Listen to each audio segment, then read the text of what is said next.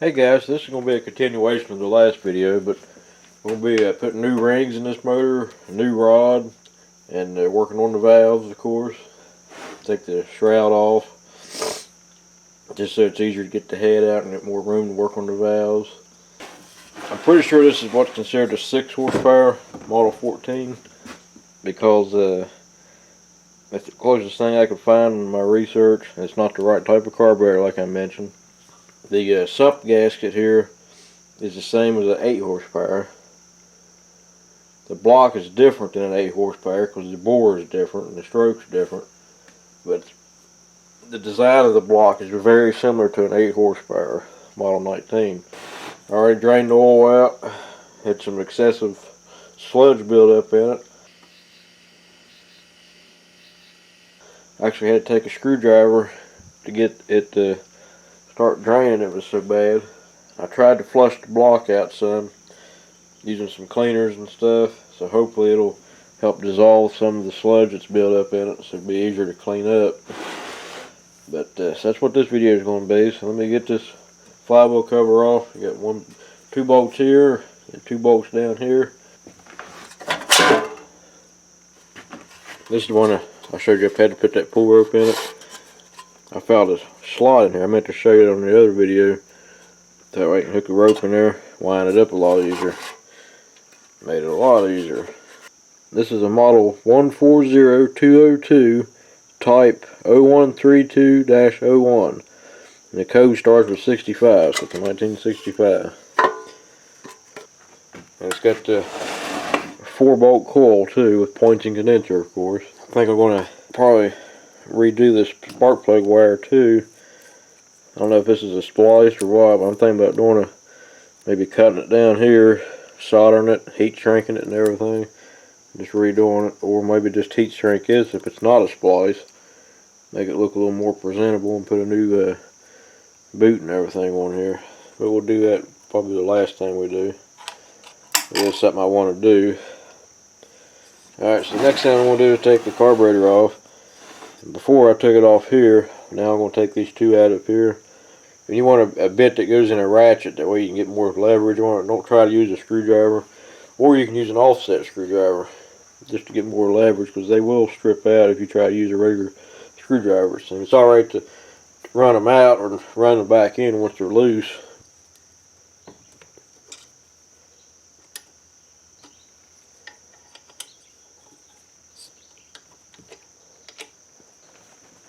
So far they all seem to be the same length, which I figured they would be on this. So far they all seem to be the same length of head bolts.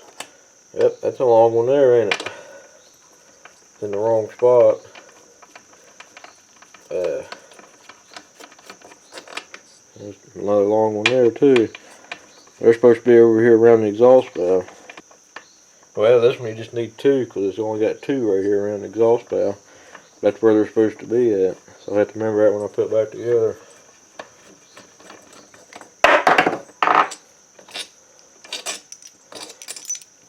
Got washers on some of them. This is missing the shield that would go here. I couldn't find one to fit it either. I showed it in the last video. It's been taken apart before and cleaned up, but it's still not in bad shape. The head gasket's actually reusable, but I'm going to put a new one in it, just to, that way we know everything is new. The cylinder's in really good shape. Before I go any further, I'm going to make sure the rings I got are going to fit. Well, they are the right rings, and it don't look like it's going to be too big of a ring gap. So I love how that piston's made. Get that circle pattern on it. It's kind of different. You see that cylinder? It's in really good shape. There's the other rings. They don't look like chrome rings though. These are listed for the part number for the cool bore engines. That's the Briggs part number for the model 140202. This is a standard size for aluminum bore. Real light scores you can't even feel. So it should be a good motor once we get the new rings and everything in it. Also, the valve cover gasket is the same as an 8 horsepower. This gasket here will be too. Notice there ain't no exhaust bolts. It's strictly a 3/4 inch pipe muffler. Also get this loose to remove, just to make it easier to get to everything.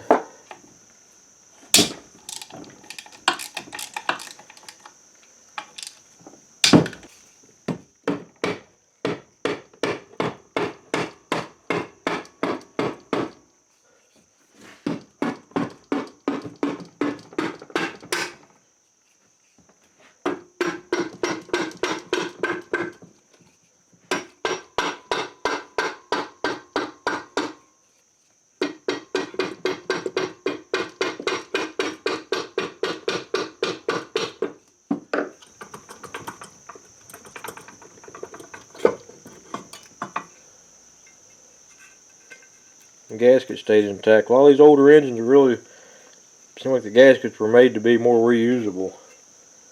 Kind of surprising. Yeah, I broke the thing on there. I forgot to take it out. I usually take them out. I think most of the motors are clean, just some sludge in the bottom. Not as bad as I was expecting it to be. A little bit of rust on the camshaft, but we'll clean all that up. The bolts are loose, and the tabs are bent too, so the bolts are wore out. I've never seen one do that before.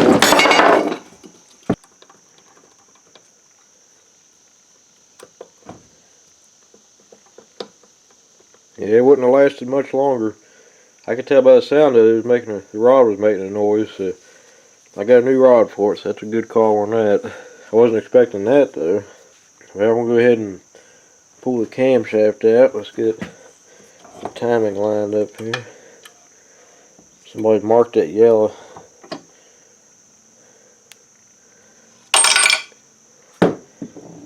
There's the front tappet. Get the back one. That's the back one. The camshaft and the tappets look like the same size as an 8 horsepower, but I'm not for sure on that. It is what it looks like. Alright, so I bent the tabs and these bolts are just loose. I didn't have to put a wrench on either one of them. You can see the whole rod cap moving.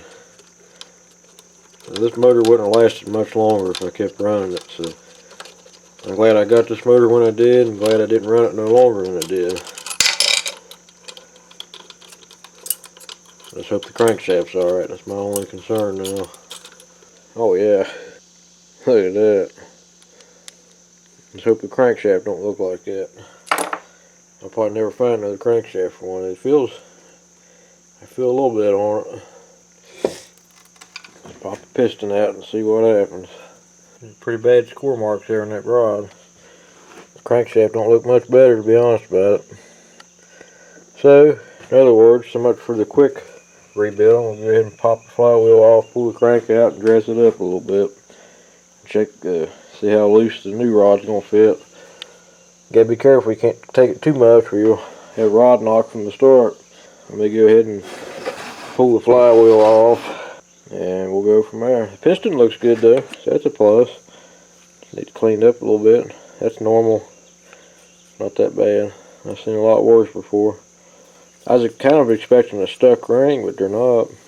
I'm going to do this off camera. I've showed how to do it before, so we'll just speed things up. Alright, finally got the crankshaft out. The flywheel stuck on there pretty good. As you can see, it's not quite as bad as it looks, but I'm going to clean it up a little bit with some emery cloth here. We'll look at that here in a second. Like I said, we're just cleaning it up. We're not going to try to machine it or anything like that. We're just trying to clean it up a little bit. Alright, so I got the crankshaft held with a rag and a vise to keep from scarring up the metal.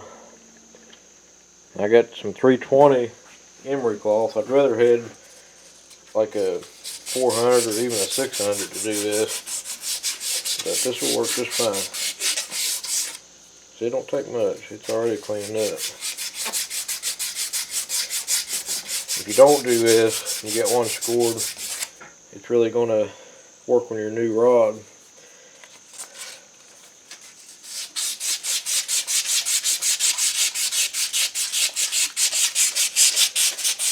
Keep moving if you don't want a flat spot or nothing. You don't want to use a real rough grit on this, and you're going to make it worse than it is, or take too much metal out. Remember, you're not trying to remove metal, you're just trying to more or less polish it and get the worst of it. It ain't going to be as good as new, but yeah, it's going to work. So let me work on this, get just a little bit more than that, and we'll be good to go. I know it still don't look very good, but it's a lot better than it was, and all the high spots are down. You can still kind of feel some of them grooves, but if I take it all the way down, and that rod's going to be loose as can be on there. Here's that emery cloth I was using. It's 320 grit, 1 inch wide. Also dressed up this, the part where the starter clutch goes. And over here, and I cleaned this up a little bit. I can do that later though. This is the part number for the rod for this motor. Somebody's got that handwritten part number on there too. I'm not sure what that is. It might just be an alternate number for this. But yeah, we're going to go ahead and get ready to start putting it together. I want to test fit the rod first, just to make sure it's going to be alright. And if it's still snug, then we'll dress that down even more. But I figure it's going to be a little on the loose side of anything. It's best to measure everything, but I figure on this it ain't going to really matter too much. And you can see it's on the loose side, but that's about all you can do. But it spins free, so that's the main thing. So it should be alright. That's about all I can do with it without getting another crankshaft, and I'll probably never find one of these for it. I was going to change the oil seal here while I had the crank out, and thought I'd take the points cover off just to look at everything. Look at that condenser. I don't even know how it's still sparking, really. The points are probably still good, but that condenser's shot. Alright, get the crank and a new oil seal put in. And here's one of the old, this is the top ring off the piston. Get probably close to an 1/8 inch gap there, so new ring should definitely help it. And get the valves out. This got the type of retainer that was on that Model 6B, where it's got that rod that goes through it. You see right there? Holds itself in the open part there. Both valves are the same way. So now, I think I'll go ahead and reseat the valves real quick. Alright, so I already did the exhaust valve off camera. See, I got that on there real good. And the suction cup wouldn't stay on there, so I had to press down on there and put a punch through there and turn it a little bit and do that. Then put it at the top there, and I seen it had these two little holes there. So I was taking the punch there and spinning it like this, and just switching back and forth to make sure the pressure was the same. But it worked. Not the best way of doing it, but it was the only way I could do it. So hopefully the suction cup will stick on the intake valve. Seems like it.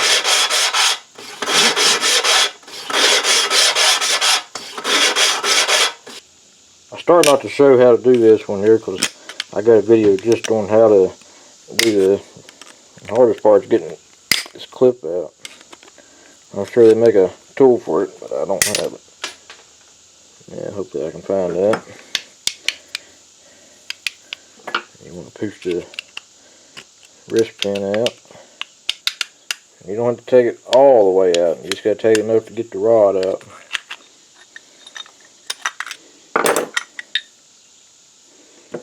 Alright, then you're ready for your new rod.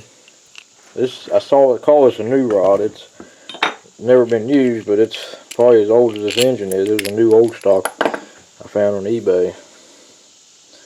Alright, so I like to put a little bit of oil on here just so it ain't starting dry. It don't take much, but it'll get oil from the piston. And just put your little bit of oil down inside there like that, and you'll be good to go. You want to make sure you're putting this on the same way it came on. This was that side. I already marked everything. And you're ready to put that clip in. It goes in the same way it came out. So I gotta find it first, and I'll throw it in there. Got the rings on the piston. I didn't show you that. I got another video on piston ring orientation and installation. You might want to check that video out if you got any questions about piston rings. Make sure to offset your ring gaps and make sure the orientation of the rings are right. You'll have a paper come with your rings. It'll show you the proper way of installing it. Alright, so I got the rod bolt started. That's always a challenge with all the oil all over everything. I'm going to get these ran in. I want to look up the torque specs for this because my check chart and everything doesn't show a Model 14 on it, so I have to do a little bit of digging for that. I'll let you know what it is. Alright, so the rod bolts and the head bolts are both torqued at 165 inch-pounds. So that makes it a little easier to memorize.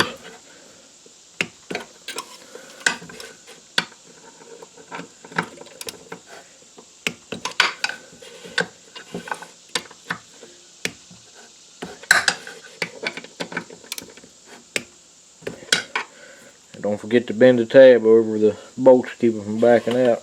Of course, it didn't matter on this one, they backed out anyway. Alright, so I did a couple things off camera. Got the tabs bent on the rod, got the tappets and camshaft put in, got a new gasket, changed the oil seal out on the sump. The old one didn't want to come out. Now we're ready to put this on. Now for this, I'm just going to go by 8 horsepower specs because the cover's the same. We're going to do these at 140. Alright, I skipped a couple steps on the video to speed it up. Got the valves in. It's always hard to show anything in the valve area there. I do have other videos on it. Get the new head gasket here. I'll put a part number in for it because it's different than a 5 horsepower and different than an 8 horsepower, so I'll put it in here. Get the head cleaned up real good. And I'm ready to put the head bolts in and torque them down.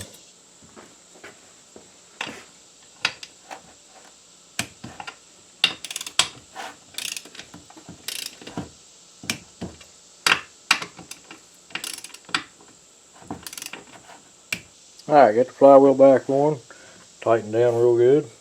I fixed the plug wire here, the best I could do with what I got. Doubled up on heat shrink, it should be alright. Watch the spark here.